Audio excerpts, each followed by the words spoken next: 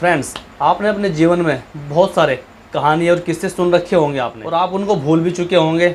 लेकिन कई कहानियाँ और किस्से ऐसे होते हैं जो जीवन में कहीं ना कहीं फंसे रह जाते हैं, और जो उनकी सीख होती है वह हमेशा आपको याद रह जाती है और जीवन में आपके काम आती है। तो आज आपको मैं एक ऐसी ही कहानी सुनाने जा रहा हूँ।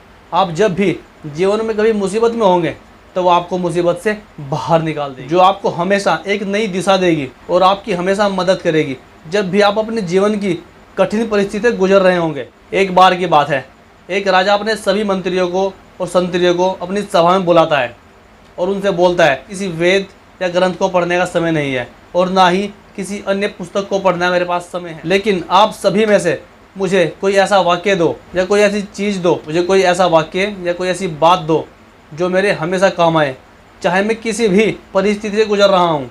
अब सभी मंत्री और संतरी जितने भी ज्ञानी थे वहाँ सब सोच में पड़ गए कि भाई राजा को ऐसी हम क्या चीज़ दें जो इसके हमेशा ही काम आए, इसकी हमेशा मदद करे, चाहे ये कठिन परिस्थिति में हो चाहे अच्छी परिस्थिति में हो, कि ऐसा क्या हो सकता है। सभी बहुत गहरी सोच में पड़ गए। जितने भी लोग वहाँ मौजूद थे वो सभी सोच में पड़ गए। उन सभी को कुछ मालूम नहीं था।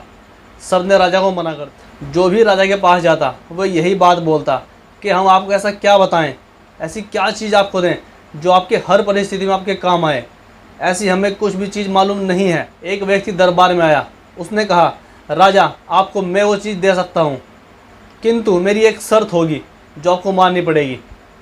राजा ने जवाब दिया, ठीक है हम आपकी शर्त मानेंगे, अपनी शर्त बताओ। उसने अपनी शर्त जाहिर की कि जो भी मैं आपको लिख के दूंगा वो मैं आपको एक अंगूठी के अंदर बंद करके दूंगा, और आपको ये अंगूठी तभी खोलनी है, तभी इसको आपको पढ़ना है जब आप ऐसी मुसीबत में हो, जब आप कभी उससे बाहर ना निकल पाओ, जब आपका बिल्कुल अंतिम समय हो, आपको ये लगे कि मैं इस कठिनाई में फंस चुका हूँ, मैं यहाँ से बाहर नहीं निकल पाऊँगा, मेरे पास कुछ नहीं बचा, आप तभी इसको खोलना और तभी इसको पढ़ना। आप राजा ने कहा, आपकी ये शर्त तो बहुत अजीब है लेकिन मुझे सुनने में अच्छी लगी। शायद आपने इसके अंदर बहुत महान बात लिखी होगी जो आपने इतनी बड़ी शर्त रखी है। ठीक है, मैं आपकी इस अंगूठी को लेने को तैयार हूँ। तो राजा उस अंगूठी को लेता है और अपने हाथ में पहन लेता है। ऐसे ही कई महीने गुजर जाते हैं, क्योंकि राजा के जीवन में कोई समस्या थी नहीं, कोई परेशानी थी नहीं, तो राजा धीरे धीरे इस बात को भूल जाता है। कई सालों बाद राजा के राज्य पर शत्रु सैनिकों ने हमला कर दिया और उसके बहुत सारे सैनिक मार गिराए और उसके राज्य को अपने कब्जे में ले लिया। वहाँ पर इतनी घमासान लड़ाई हुई कि राजा कुछ नहीं कर पाया, वो खड़ा खड़ा देखता रहा। तो राजा के दिमाग में दो ही बातें, मुझे यहाँ रुकना चाहिए या मुझे भागना चाहिए।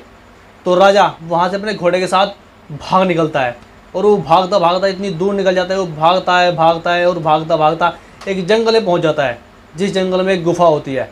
वो उस गुफा के अंदर जाके छिप जाता है अपने घोड़े के साथ। राजा घबराया गुफा के अंदर छिपा रहा और डरता रहा और डरते डरते अपनी मृत्यु का इंतजार करता रहा। तभी अचानक उसे बाहर से घोड़ों के आने की आवाज़ सुनाई दी। तब राजा और अधिक डर गया, वो डर के दुबक के बैठ गया, वो अपनी मौत का इंतजार कर रहा था। तभी अचानक राजा की नज़र उसके हाथ में पड़ी, उस अंगूठी पर पड़ी, और उसके याद आया, हाँ ये तो वही अंगूठी है जो मेरी इसी तरह की परिस्थिति में मदद कर सकती है। फिर राजा के दिमाग में बात आई कि ये तो छोटी सी अंगूठी है, ये मेरी क्या मदद करेगी। तो लेकिन राजा के दिमाग ने थोड़ा काम किया कि एक बार देख ही लेता हूँ, क्या पता इसके अंदर क्या हो। तो तभी राजा ने उस अंगूठी को खोला और उस अंगूठी के अंदर से वो पर्ची बाहर निकाली। जैसे ही राजा ने उस पर्ची को पढ़ा और उस पर्ची को पढ़ के राजा के चेहरे में मुस्कान आ गई, मानो राजा के अंदर किसी प्रकार का कोई दुख नहीं था, कोई परेशानी नहीं थी। जैसे राजा किसी चीज़ से कोई परेशानी नहीं था, वो बिल्कुल आराम से बैठ गया और इत्मीनान से अपने आप को खुश रखते हुए बैठ गया। जैसे राजा के जीवन में कोई समस्या थी नहीं, कोई परेशानी थी नहीं, इस तरह से राजा शांत बैठ गया, जैसे राजा की हर समस्या हल हो चुकी हो। अब आप लोग भी यह जानने को उत्सुक होंगे कि उस पर्ची में ऐसा क्या लिखा था जो राजा उसे पढ़ते ही एकदम से खुश हो गया, उसके अंदर का सारा डर दूर भाग गया। उस पर्ची में लिखा था कि यह वक्त भी गुजर जाएगा। राजा शांत होकर वहाँ बैठ गया और इस वक्त का इंतज़ार करने लगा कि यह वक्त कब गुजरे। कुछ देर बाद वो वक्त गुजरा, वो सैनिक वहाँ से चले गए और राजा के कुछ देर के बाद राजा के अपने सैनिक वहाँ आए, उसको वहाँ से बाहर निकाला और अपने साथ लेके गए। कुछ समय बाद राजा ने जंगलों में रहते हुए धीरे धीरे अपनी सेना तैयार की, बहुत मजबूत सेना तैयार की राजा ने। और फिर से उसी राज्य पर जाकर के दोबारा उस राजा ने आक्रमण किया और अपने राज्य को वापस जीत लिया। सभी लोग वहाँ राज्य की जीत का जश्न मना रहे थे। सभी उस दरबार में सभी लोग बैठे हुए थे, मंत्री संतरी सब, राज्य पूरा खुश था, खुश माहौल था।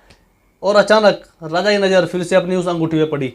राजा ने उस पर्ची को फिर निकाला और फिर से पढ़ा। वही शब्द उसमें फिर लिखे हुए थे कि ये वक्त भी गुजर जाएगा। तो राजा एकदम शांत हो गया। उसके चेहरे पर ना कोई खुशी ना कोई मायूसी थी।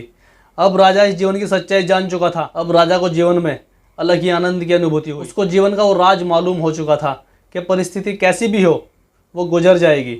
हर वक्त अपने साथ नया वक्त लेकर के आता है और आपको उसके लिए हमेशा तैयार रहना चाहिए, क्योंकि आप जिस वक्त में आज हो वह अच्छा हो या बुरा, वह धीरे धीरे गुजर जाएगा। यदि आपका वक्त अच्छा चल रहा हो तो घमंडी मत बनिए, सभी के साथ रहिए, सभी की सहायता कीजिए। यदि आपका वक्त बुरा चल रहा हो तो चिंता मत करिए, मेहनत कीजिए, आपका अच्छा वक्त जरूर आएगा। आशा करता हूँ ये कहानी आपके जीवन में काफ़ी काम आएगी। जब भी आप परेशानी में होंगे ये कहानी आपकी हेल्प करेगी। कहानी पसंद आई हो तो शेयर जरूर कीजिएगा। मिलते हैं अगली वीडियो में।